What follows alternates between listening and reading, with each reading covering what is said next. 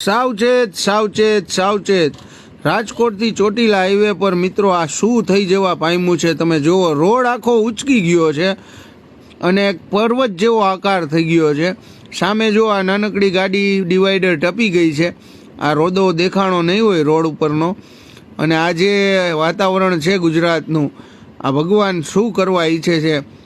હે પ્રભુ, હે ઈશ્વર, બધાયનું ધ્યાન રાખજો. ખરેખર આવે બહુ કપરી પરિસ્થિતિ થઈ ગઈ છે.